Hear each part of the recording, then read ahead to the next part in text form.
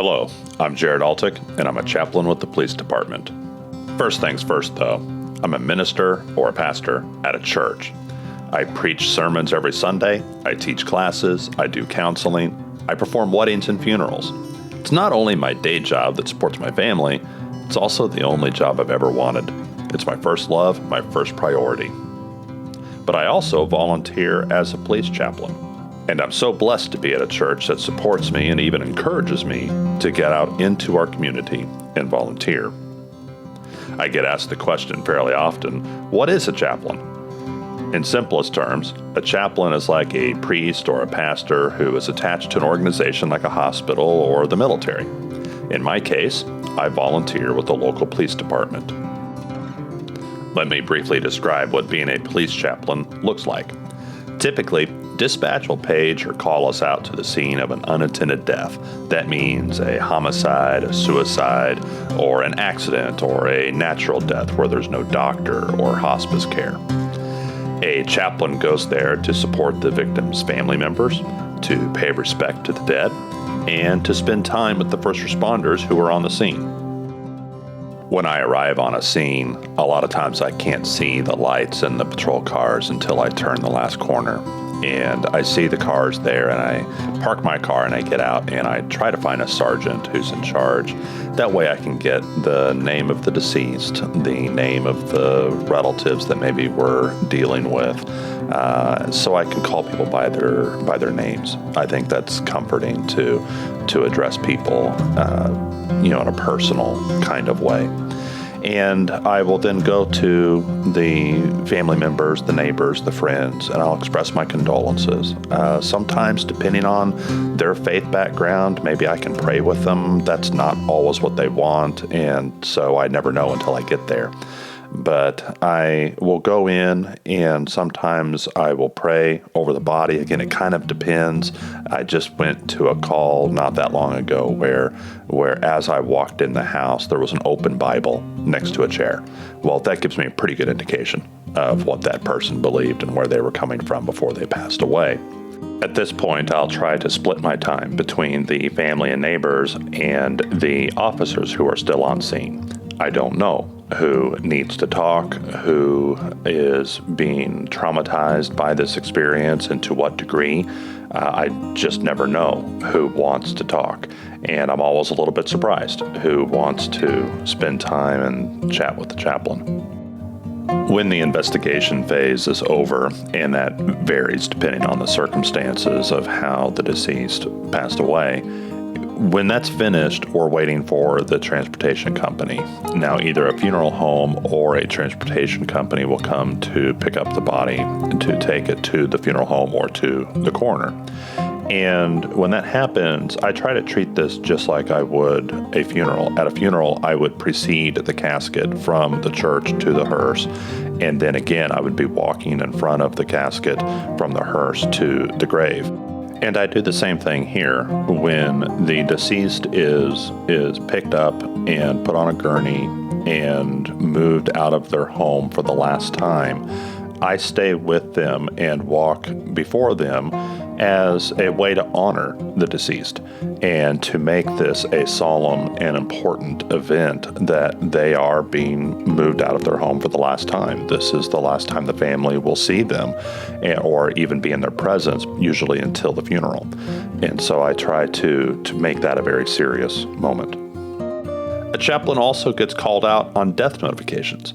When a person who has died and has then been identified, a chaplain and a police officer will go to the home of the next of kin and tell them the bad news and try to provide some comfort. Death notifications are one of the reasons I got into being a chaplain in the first place. I looked at all the stressful things that police officers did, and I thought, now why does a young police officer have to also go do this particular task? Why do they have to knock on the door and tell someone this terrible, terrible news? I just felt like that's somewhere where I could step in and do that. I've been officiating funerals for 25 years, and I don't like to deliver bad news, but I feel like I'm equipped to do that without having that affect me in a large way emotionally. And so let me do that. I have special training. I have special experience. I can go up and I can be the one to knock on the door. I can identify who I'm talking to, verify that we're speaking to the correct family, and then break that news in a firm but kind way. And so that's what I do. When I get called out by the police department or the sheriff's office, I ask to take charge. I ask to be the lead and make the first contact because I intend to do that so the officers don't have to do it themselves.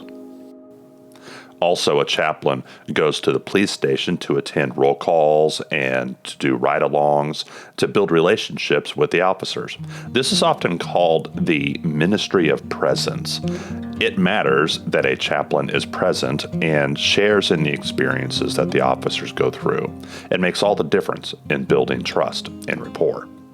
I work full-time at the church, but I have the ability to adjust my schedule and make it so that I can be at some of these roll calls and other activities where I can interact with the police officers. And one of the little tricks I do is I'm going to have to go to the dry cleaner every so often. And so I go to a dry cleaner that is just down the street from one of the police stations. And I only go to the dry cleaner when I can also stop in at the police station and hit a roll call. And so I'm kind of killing two birds with one stone, and I just kind of work that into my life that if I'm going to get gas, if I'm going to the dry cleaner, if I'm going to do any of these regular kind of go run the errands, I do that at places and at times where I can hit that roll call in that change of shifts where I can then be around the officers. And the roll calls often only take 5 minutes, but that was 5 minutes of me being there and showing that I'm invested in those police officers, especially those young patrol officers. I care about what they're doing at work. I sit in and listen to their meetings. I hear what they're dealing with, whether it's new policies or reprimands or whatever else it may be. I'm just there on a regular enough basis that I can build that rapport. So why does this podcast exist? The main reason is that I care about police officers. I care about their wellness, and I want good things for them. I want them to cope well and to be emotionally healthy to advance in their careers. I want them to have happy marriages and healthy friendships. But especially, I want first responder suicides to be prevented. I literally want to help save their lives. In a stressful job like this, it's more likely that an officer would die by suicide than by any other work-related cause. I want to be part of a team of people and part of a system that mitigates these factors and reduces the number of these suicides. And I know that through the podcast, I can then be available, in a sense, to an officer 24 hours a day, every day, in a way that I could never be in person. I could still have this voice that reaches out to them, maybe when they most need it. So, this podcast's purpose is to share wisdom and support and encouragement with officers and their families. I have interviews planned with law enforcement people both here in the Midwest and also all over the country. And I'm hoping that a listener hears this podcast and thinks, I've been in a situation like that. And then they might feel a connection to the positive advice and encouragement that we give here. I want officers to feel hopeful about the life that they've chosen, because it makes so much of a difference to so many of us. So how can you help?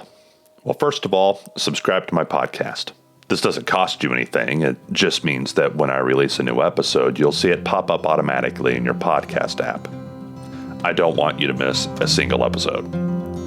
Second, if you're listening on Apple Podcasts, tap the name of the show, scroll down, and leave a 5-star written review. Your recommendation seems to really help people try this show for the first time. I don't make the rules here, but apparently the algorithm thinks that 5 stars means you like it, but for some reason, only 4 stars means you must hate it. I don't know why it works like that, but that's what I'm told. So give me a 5-star review and write something down there. That seems to really help.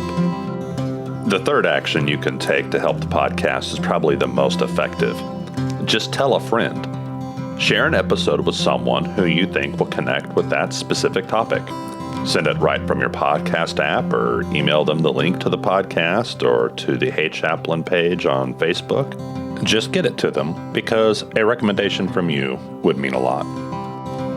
Finally, the best thing you can do is to pray for me.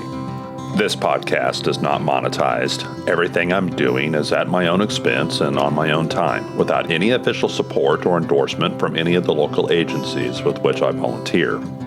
Please pray for my work with the local church, pray for my health and the health and well-being of my family, and pray for the officers with whom I have actual face-to-face contact at the police station and out on the street. And as always, pray for peace in our city.